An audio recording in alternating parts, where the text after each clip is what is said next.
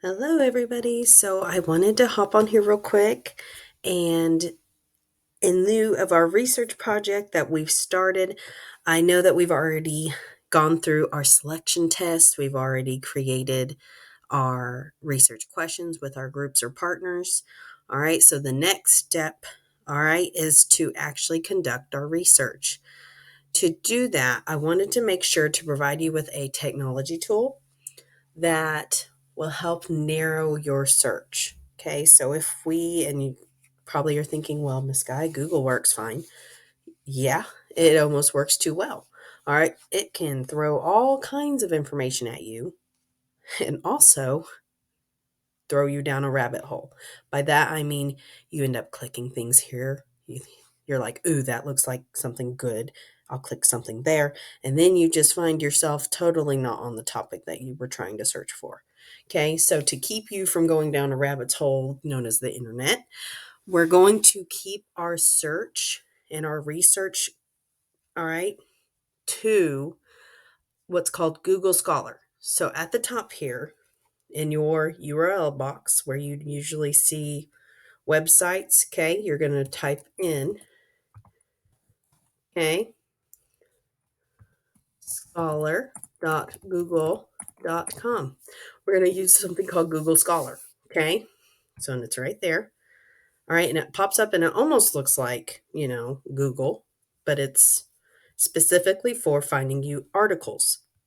See, it has it to where you can select articles or case law. Okay. It even lets you look in federal courts or Oklahoma courts because it's depending on where your location is. Okay. If your computer or phone is set up that way. Okay. So it actually provides me Oklahoma courts. All right. So it just depends on what you're looking for. You may need to look in case law, but it just depends on what your research topic is. I don't think we need to use it for case law.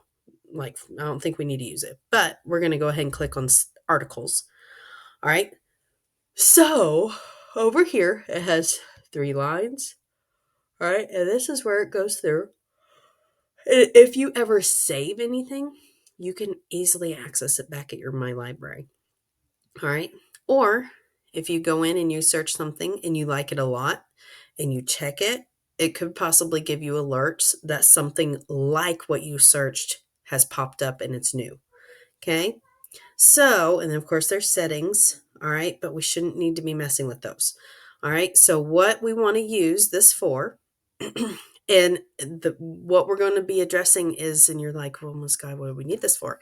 Okay. So, it'll be addressing your learning target, okay, that says, I will find evidence through effective research strategies to answer the research question I have created.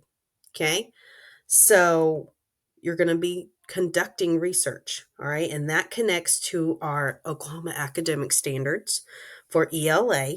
All right. And that is students will find and comprehend information, including claims and evidence about a topic using their own viable research questions. So you've already made your own research questions. Now you're going to actually conduct the research for it. All right.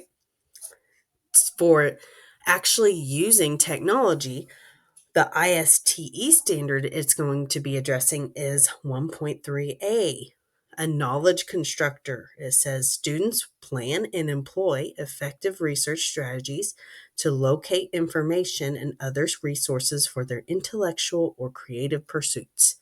Okay, that pretty much means I have the know how to use technology to gain more information to conduct research. Okay, so what you would do is whatever your research topic is, you would type in key words, so important words that will help you find information for your question. Okay, so here I had already kind of started looking because I was curious how it would look. All right, but first we started off with poverty and education. The reason I use that is because that was a talking point for one of our other excerpts that we had done.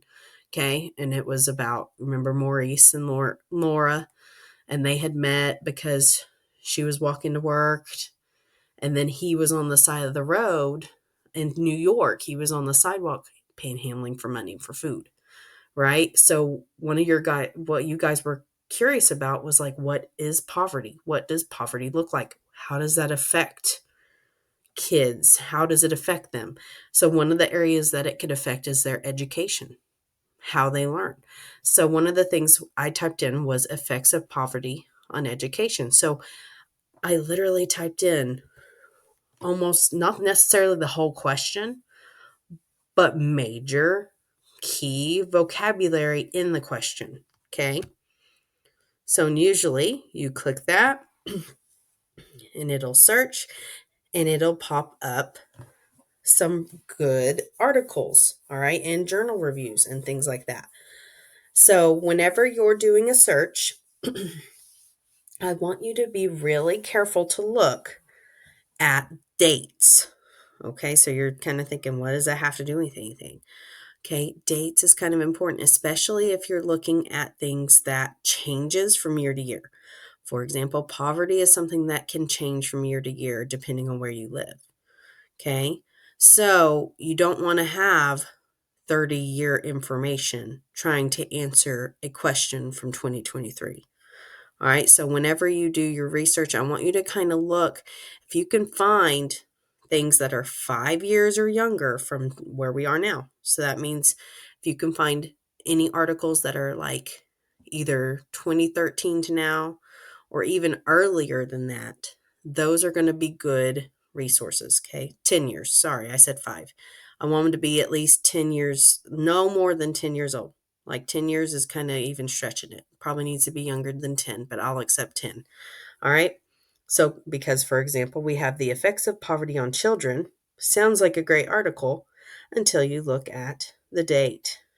This was made in 1997. It's almost 30 years ago. Okay. It's like 25 years ago, close to it. Okay. So, that's not going to be good information for us to answer our question that we have now.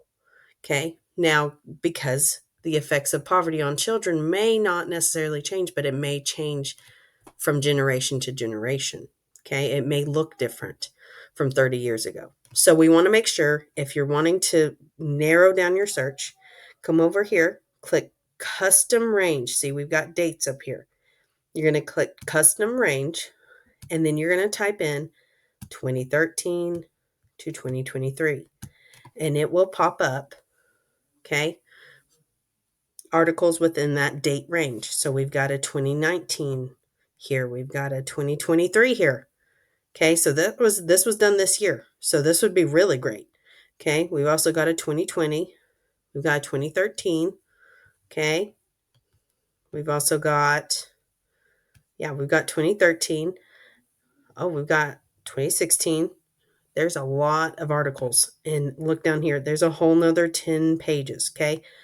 Don't get overwhelmed. I want you guys to only find a certain number of resources, and I want them to be the ones that answer your question the best. Okay, so you're going to have to use your critical thinking skills to figure out what's going to answer my question best. Okay, don't just click the first thing you see. Okay, try not to do that. You also have your partner or your two other partners to help you kind of use your deductive reasoning and figure out what's a good article for us. All right. You can also come down here and sort by relevance or sort by date. Okay. I would keep it on relevance because you don't want to just look by date because that means it's going to throw just random stuff at you still. So you want it to be relevant to your main vocabulary or your main topic keywords that you've put in the search box. Okay. And it has review articles, and it also has down here where you can check mark if it has patents or it has citations. Okay. And then if you want to create an alert, like I said before, if you click here and it has alerts, okay, you click create alert. That means if any new information comes up, say in our day or so of doing our research, okay, if stuff pops up that wasn't there before, it'll let you know. Okay. So, and if you want to save it, you click that star and it'll go straight to your library. Okay, my library. It's got the star. All right, so those are kind of the easy little things that you're just going to have that you're going to use with this. All right, so I wanted to show you how to actually find and get to full, okay, articles. So this page, you're like, oh, this is the article. It's one paragraph long. Yeah, no, it's not. It's not one paragraph long, I promise. Okay, this gives you a little rundown. It's a summary of it. Okay, so you kind of read through it, see if that fits. Maybe it could answer your question. Okay, if you like it and you think it will, you'll look for a PDF sign that looks like this, or just a PDF. It'll say PDF, but you can download the full text, and there's your whole thing. So it's actually 6 pages long. Okay, so you'll go through, read it, and you'll find important information that helps answer your question. Okay? All right, so that's what we're doing. We're using textual evidence to support our claim or our questions, okay? To find answers, okay? That's what we're doing. So, remember, we're going to do Google Scholar. That's what our technology tool is. All right, so I'll see you back in class. All right, I hope this helps you guys out. See you later.